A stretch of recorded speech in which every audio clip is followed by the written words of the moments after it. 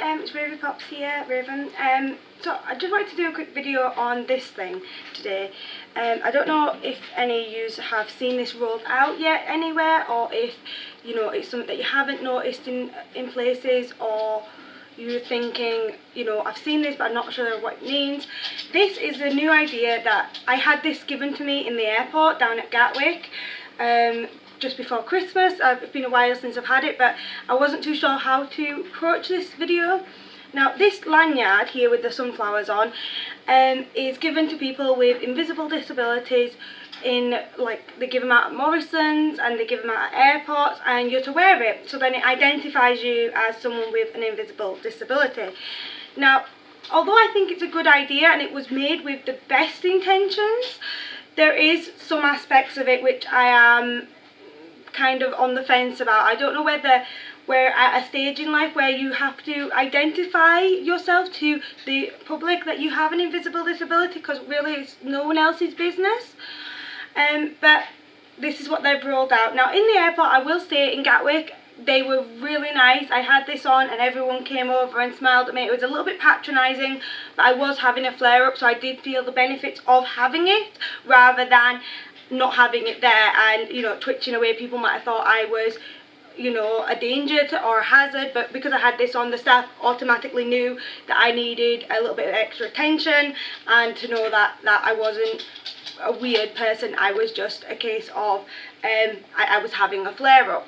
Now, the problem with this is it's a great idea in practice. However, what this does is it makes everybody who wears it, if you wear it in the shop, which is a great idea, if you're having trouble or you're non-verbal that day, wearing this in a shop would identify you to staff, so they would know to maybe take a bit more time or a bit more care. However, wearing it in the street, if you forget to take this off, this immediately targets you. This says you are a vulnerable person and you are probably more likely to be easier to rob or easier to manipulate or easier to get to follow you back somewhere.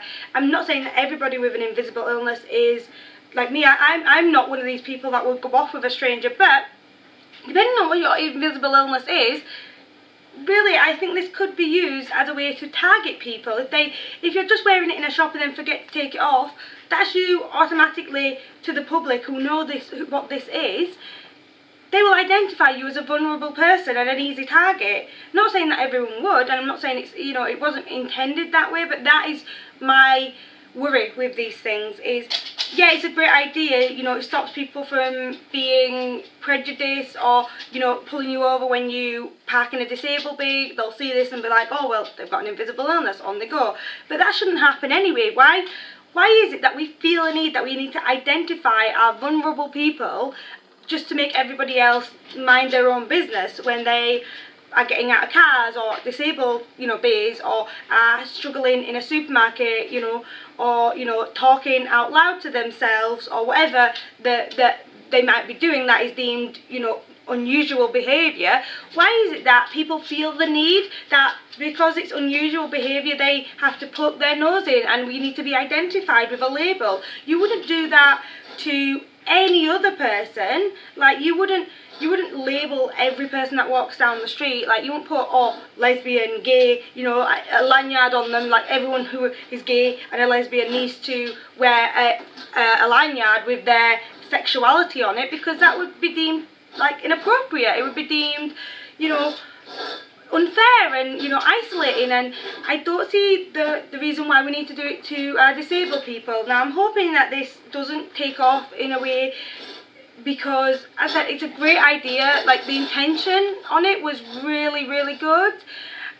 However, I just think it would be too easy for people to target people with this and I think it could make more of a hazard and more unsafe. Like, personally, I wouldn't wear this in the street. I wouldn't wear this shopping.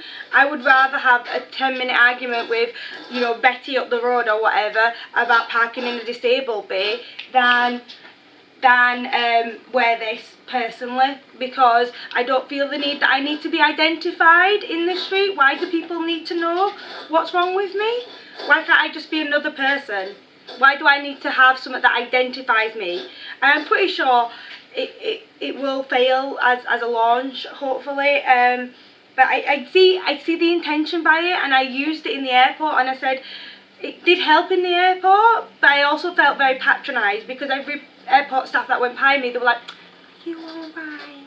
Do you need a wee hand?" And I'm like, I'm not deaf, I'm not, you know, you can talk to me. Just because I'm twitching a little bit doesn't mean that I can't understand English, you know.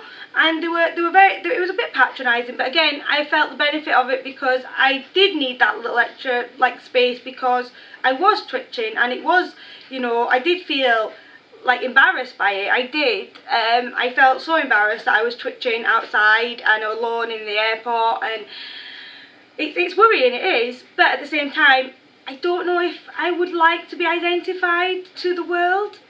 But that's just my point of view.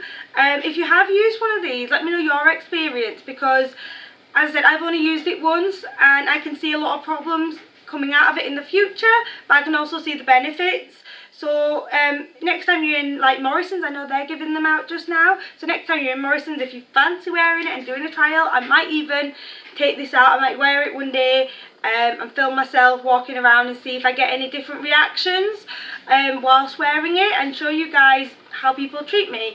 And you know, it differs. Like, I definitely want to do a video where I'm in my wheelchair one day to walking about, you know, another day, because the contrast between how I get talked to, between being in my chair to then being looking able-bodied and walking about, is completely different. Like, it's like night and day. I just, even if it's the same people, they talk to me completely differently, whether I'm in my chair or I'm walking. But you know, I'll do a video on that separately. But if you've got any stories about you wearing one of these, let me know in the comments.